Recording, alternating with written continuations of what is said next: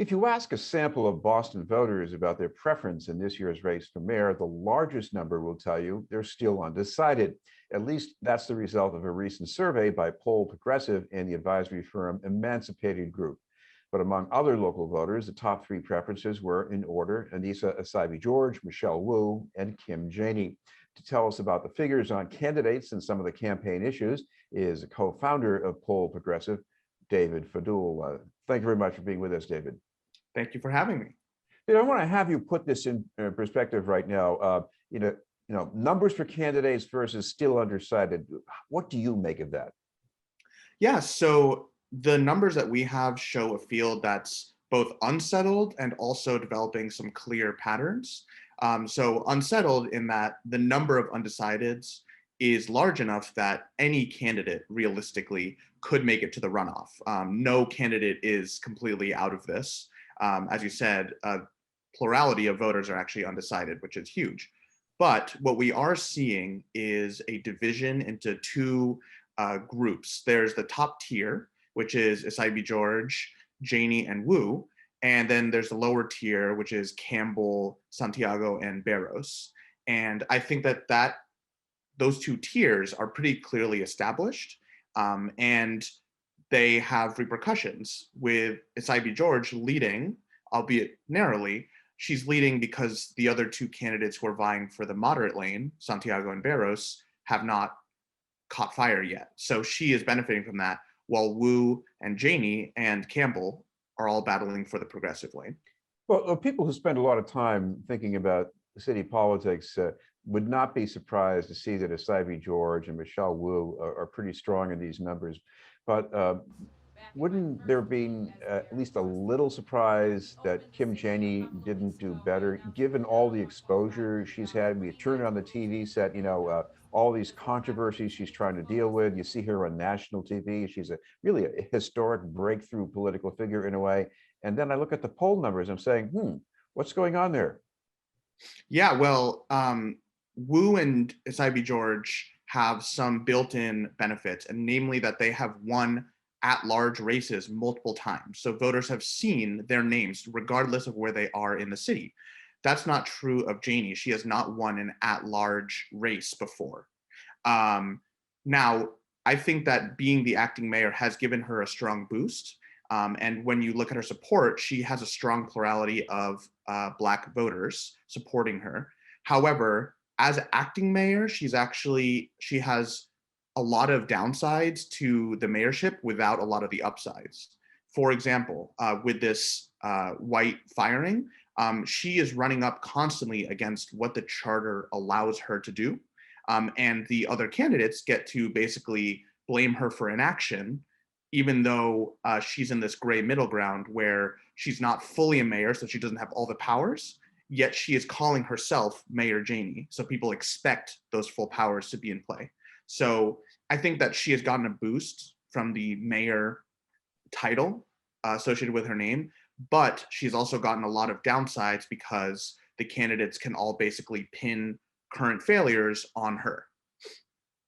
One current theme we hear in Boston elections, even though it doesn't apply equally in all of them, is that you can't split the Black vote, otherwise it will be too weak. And here we are, we have two Black women in the race for mayor. And if you add them up together, you might get something approaching a front runner, but they split the vote. So don't those numbers feed that same argument? So in 2013, you're right, the Black vote was split many ways, and we ended up with two white men in the runoff. This year, we're guaranteed people of color in the runoff and as mayor. But what you see is that African Americans actually have some of the highest rates of undecided voters in our poll. So many Black voters are still trying to pick their candidate. If they do pick their candidate, it's overwhelmingly likely that it would be Kim Janey.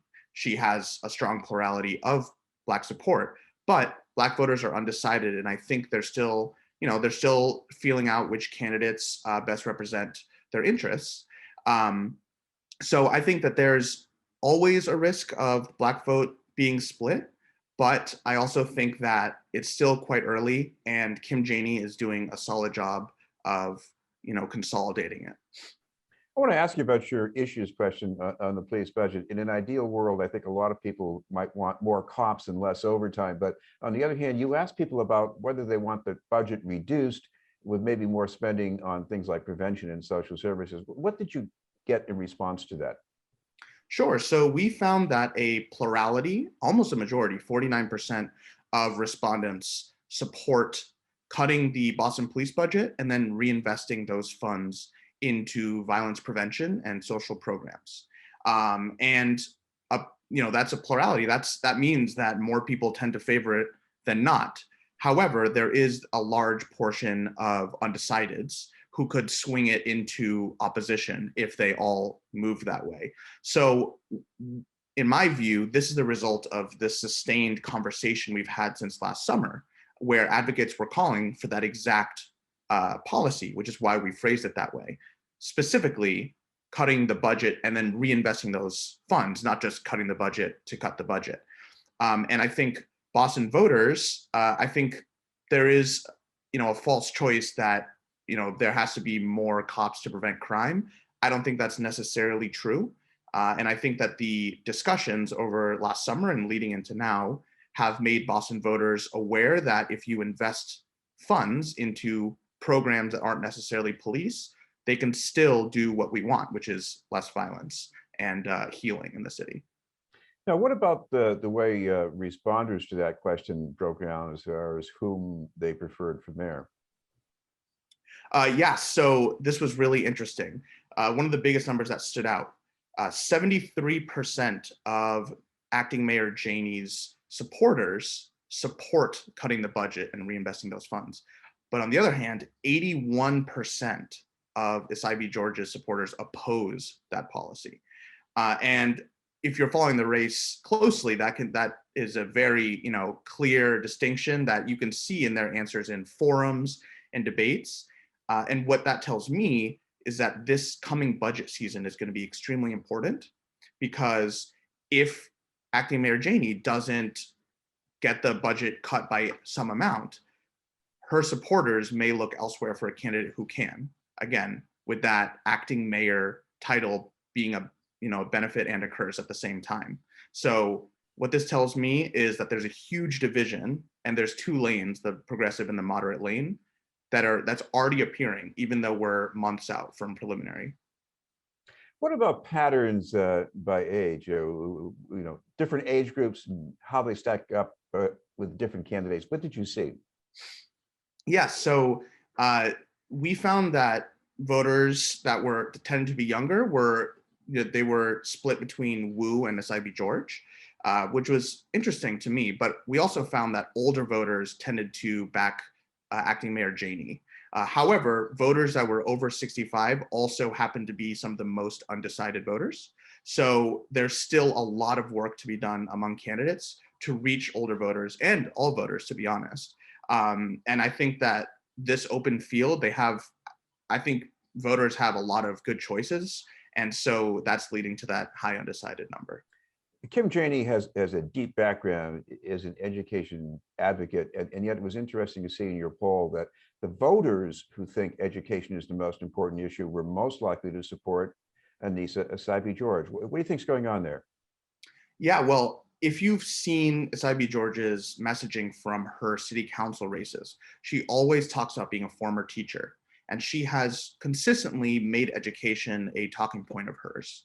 And I think that that's paying off now. As you say, a strong plurality of education voters in our poll supported Anissa Ivy George. And we also found that education has risen to be a top 3 issue for voters. And I think it's because of discussions about school reopenings. We just had yet another scandal about the school committee, and those put them, on the front page of the Globe, put them in the banner, anywhere. And the more voters read about it, the more they look for a candidate who they think will address education. And Anissa has that background as a former teacher that she has been discussing a lot. And so she's benefited from a combination of voters finding education more important and also education voters tending to side with Ivy George. So that has benefited her. Well, thank you very much for joining us. We certainly look forward to any of the snapshots in the future as we get closer to Election Day. Absolutely. It's been my pleasure. Thank you for having me. That was David Fadul from Poll Progressive. We'll have more news in just a moment.